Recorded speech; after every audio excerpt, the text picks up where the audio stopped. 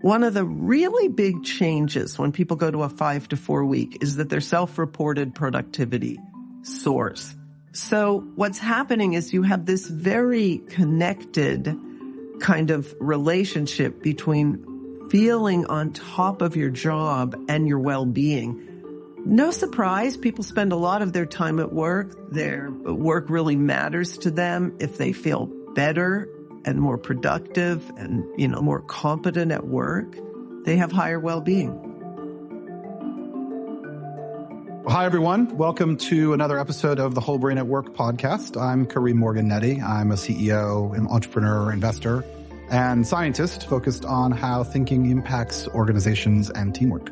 And so in my work leading Herrmann and also in building a new startup, Ned.ai, and also in working with thousands of leaders and teams around the world, I've gone pretty deep in understanding the interplay between how we think, how we work together, how we use technology, and especially as it relates to creativity.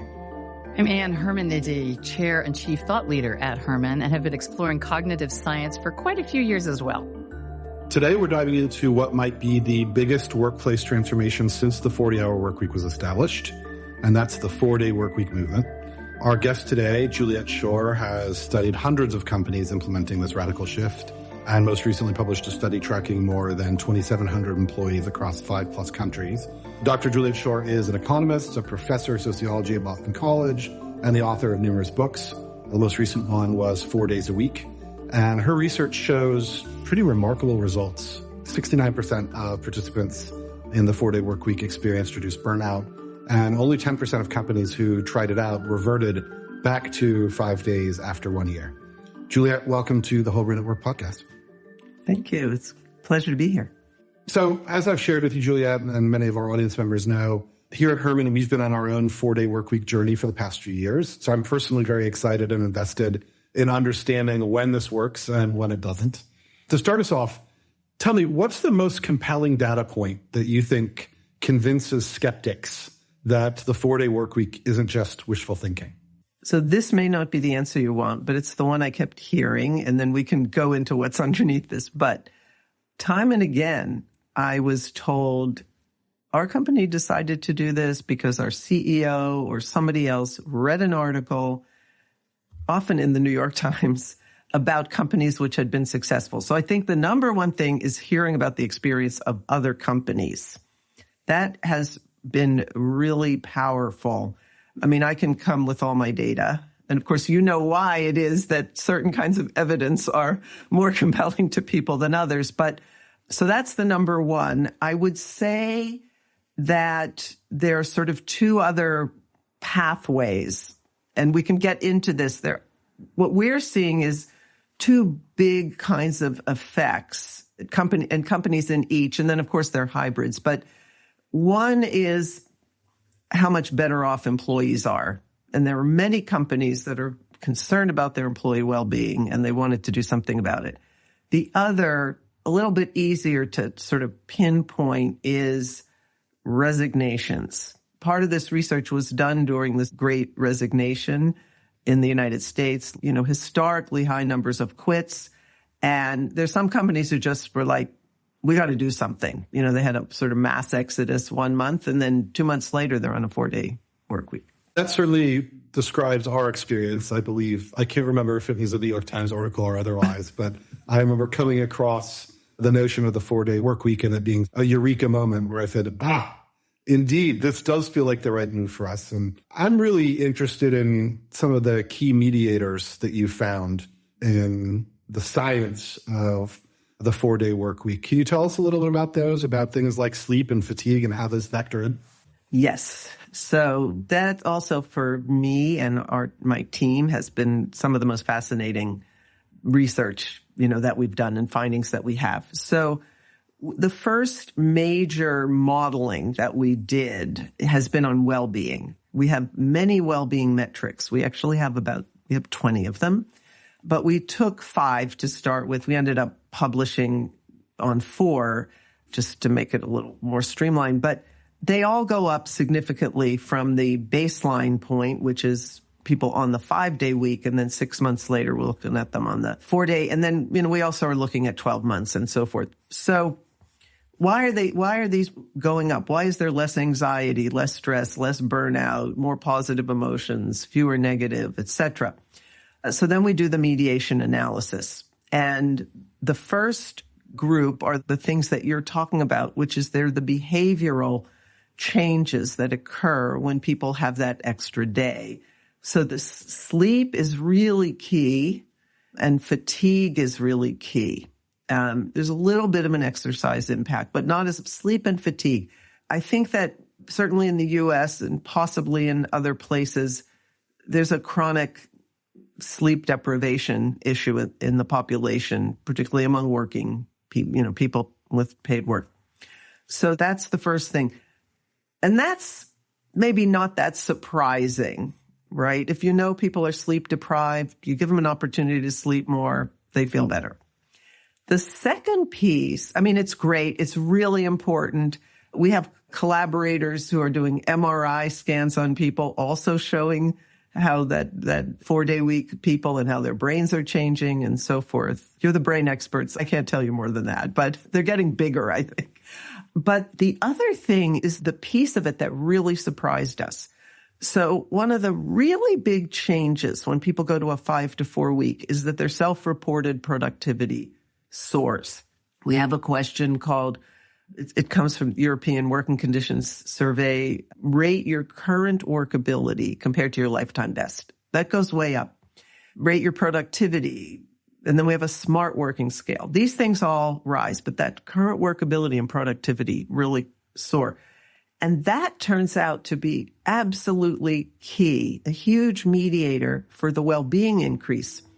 So what's happening is you have this very connected kind of relationship between feeling on top of your job and your well-being. No surprise, people spend a lot of their time at work. Their work really matters to them. If they feel better and more productive and, more competent at work, they have higher well-being. Yeah, it's interesting because I know a lot of the previous studies looked at longer work weeks, right? Not the standard work week that you were currently describing.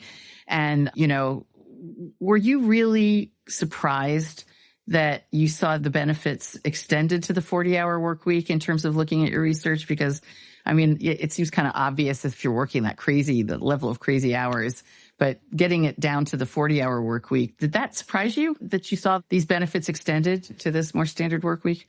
Yes and no. I would say on the no, I think one thing, and this is how, I can give a partial reconciliation to the standard model. The pandemic created a real transformation in which the old model didn't work.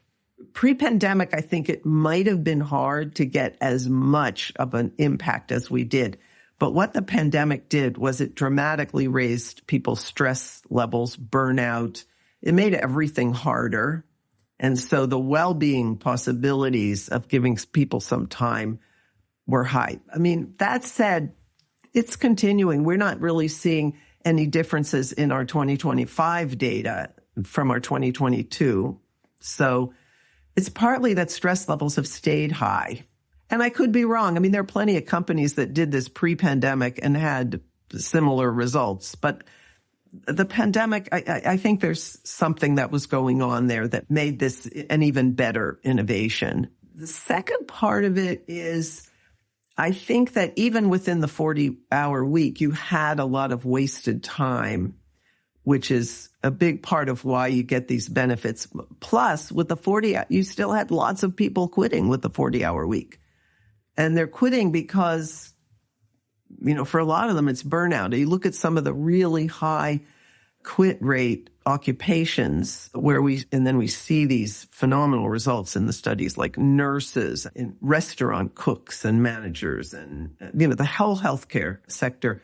They might have been working 40 hours. A lot of them are working longer. It's true, but not only. We got a lot of nonprofits where the psychological burdens of time rather than, the long hours were really key. Some of the companies or organizations I talk about in the book where they're doing really heavy work with kind of global poverty, war, conflict, and they just became really hard for people. They needed a break from that. And the 4-day week gave them that. Your research shows that pauses or kind of changes to the 4-day work week to reflect market demands aren't uncommon. And you're an economist. I'm curious, maybe to start off, have you noticed any interesting relationships between the broader economic environment and adoption or retention of the 4-day work week? Okay, so I guess the first thing I would say is they are rare in the sense that, and you referenced this earlier, 90% of our companies, at least 1 year, so for 1 year or more, are still on it. It's made it a little bit challenging to analyze the failures because we just don't have that many, or the pauses.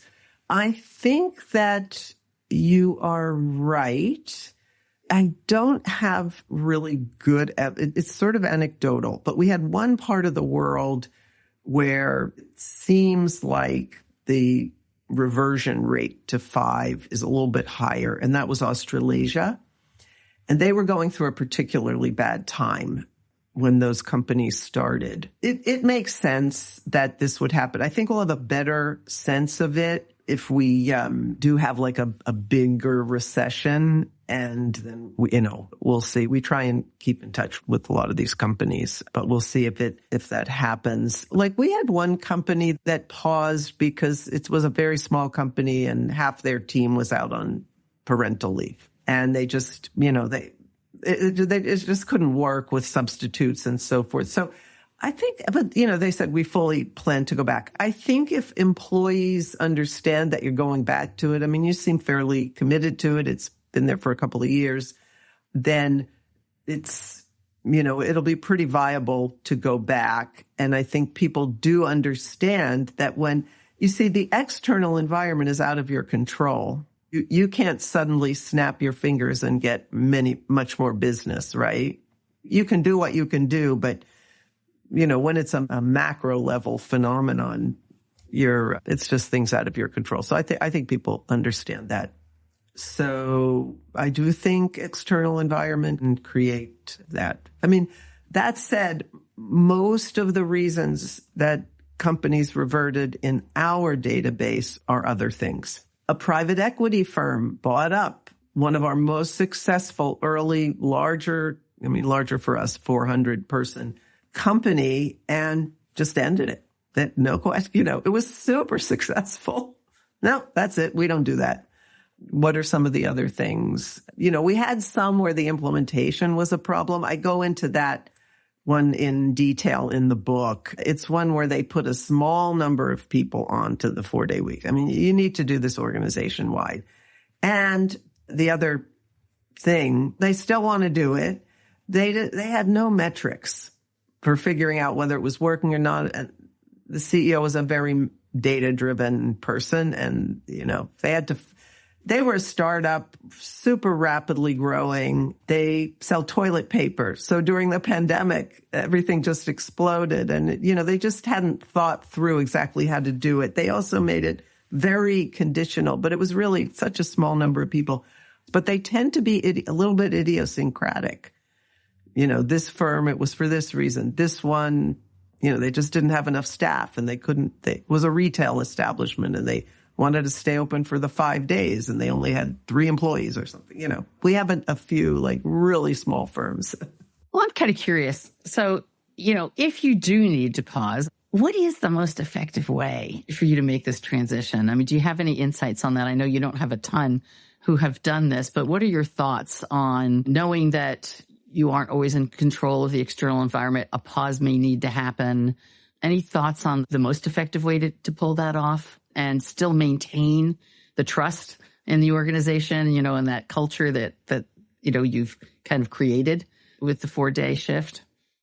I'm a little bit, I'm off the data now because I don't have any data on this. I would focus on that word you just used, trust. So one thing might be to figure out what would have to happen to get back to it, right? And rather than just leaving it open-ended. So like how much more revenue would we need, or how many new clients would we need, or whatever it is, whatever metrics have led you to pull back from it, thinking about where you would need to be. So that might be one thing, so that people have a concrete sense of there's a plan to get back here. It's not just, oh, they're saying we're going to get it back, but who knows, kind of. It also would allow people to have a sense of what they needed to try and make happen. So that might be one idea. I think another thing to think about that may be in people's minds, because this is what people think about in a downturn, is layoffs. So could you, if you laid off some fraction of your workforce, could you get back on the 5-day week? Because what's happened is your revenue has fallen, or your number of clients or something like that has fallen. Maybe you have more staff than you need, and you could do well at that lower revenue number with a smaller number of staff.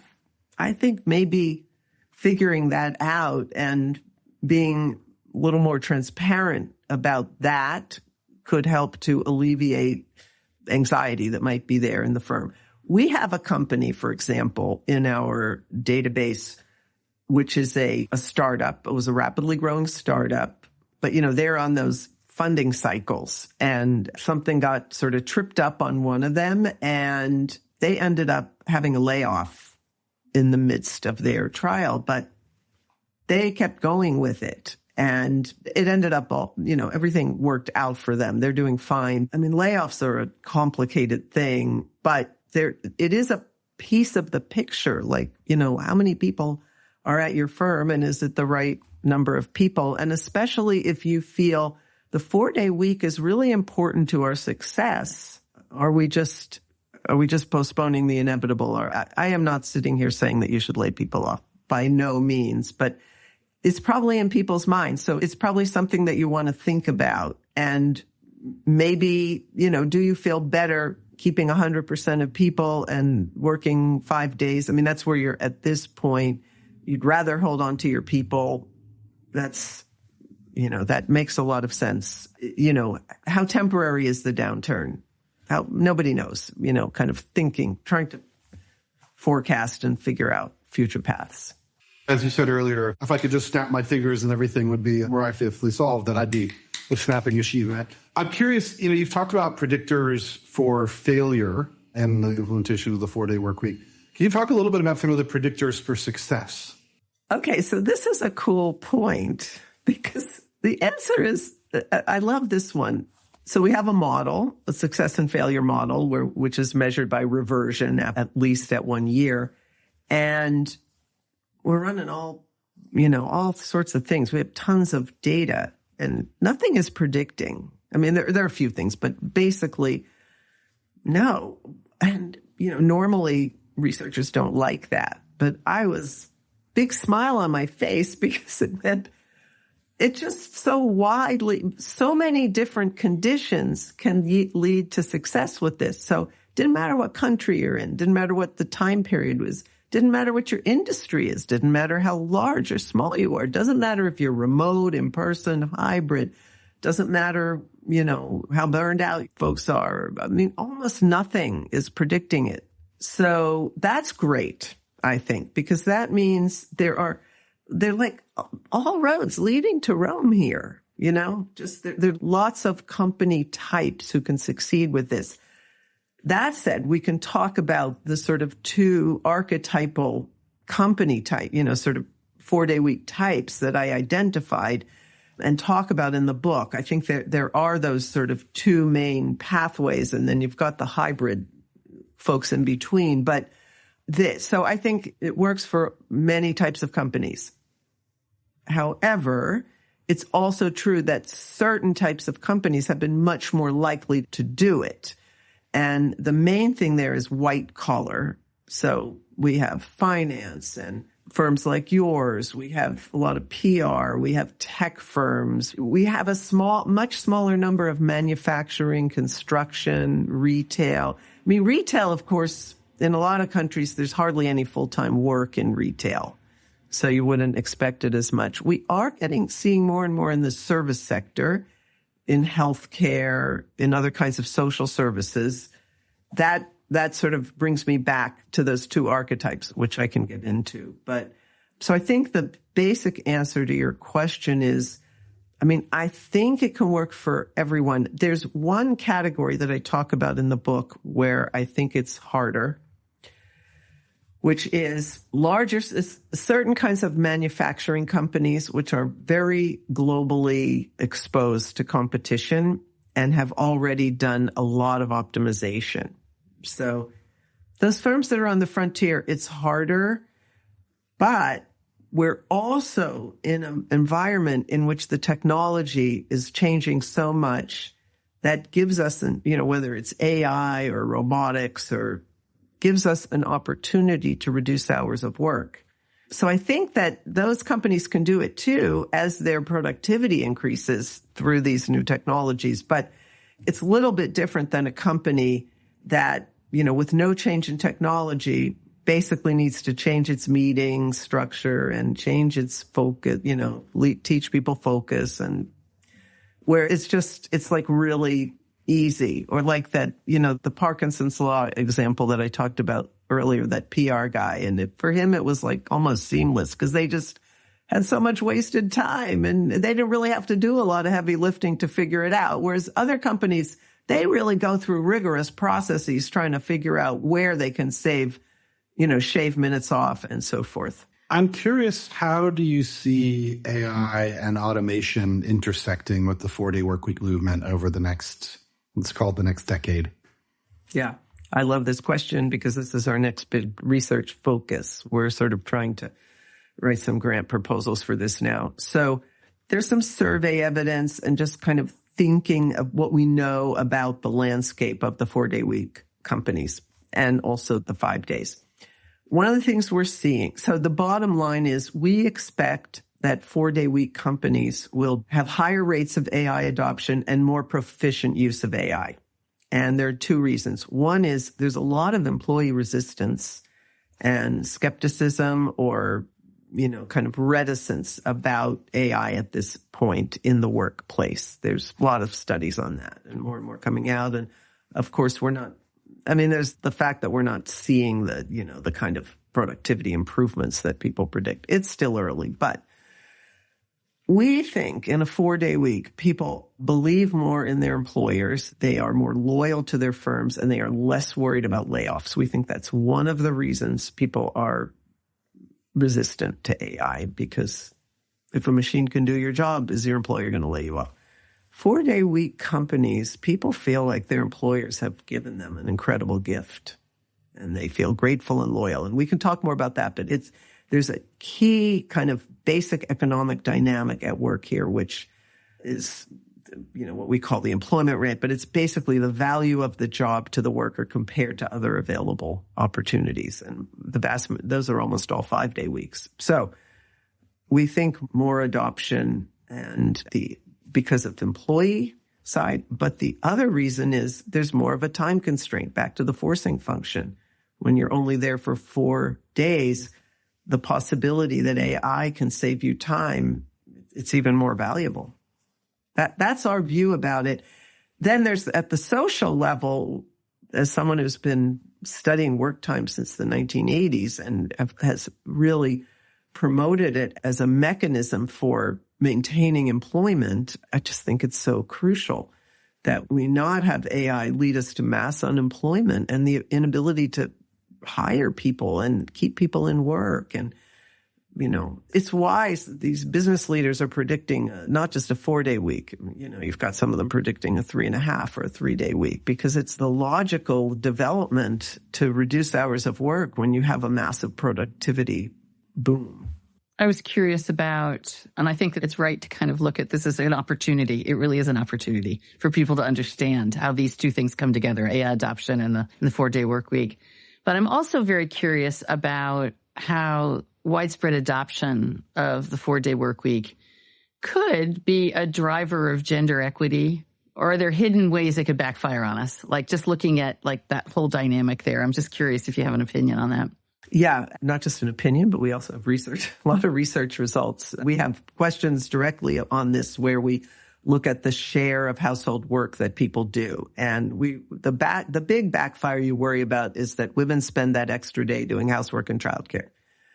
what we're finding is that male partners actually do more with a 4-day week, and that women are not taking on a larger share. So we're not seeing those rebound effects or backfire effects.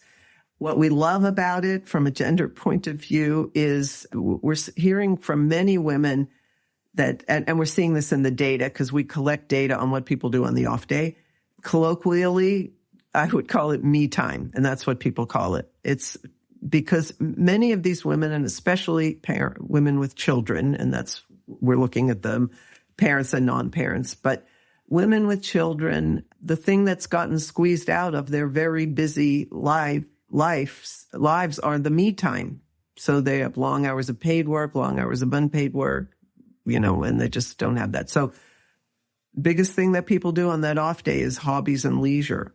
Personal grooming is another. And I love one of my early interviews was, I can get a pedicure without guilt, Just people, it's important. They can go, and they can take a nap or whatever. So what we are seeing is that it improves gender equity. That said, there's a big benefit for men.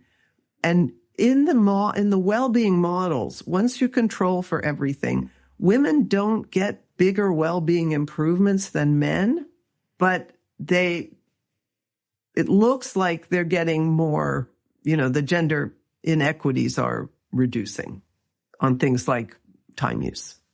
That's fascinating. I mean, I know my explicit intention when we shifted to the 4-day work week was to spend that extra day with my children as much as possible, and was one of the most personally gratifying outcomes from that shift for me. And that's what we're seeing. I mean, men are doing a bit more housework, but the childcare increase is really big. And we have testimonials similar to yours, like, I can be a father to my new baby daughter. Yeah. In your research, are there specific implementation considerations or operational levers that most reliably produce a sense of time sufficiency? I have enough time to do my job within the constraints of, reducing the actual number of hours worked, right? Things like no meeting blocks or shorter stand-ups or async status or any of those kind of moves that you suggest. Are there any of those that you think are just most reliably valuable, especially as you start thinking about doing them at scale within larger organizations? Okay, so this is super anecdotal. I mean, for sure you've got saving time with the meetings, but my sense is that the more important thing is that focus time, because I think distractions are so prevalent in workplaces, white-collar workplaces today.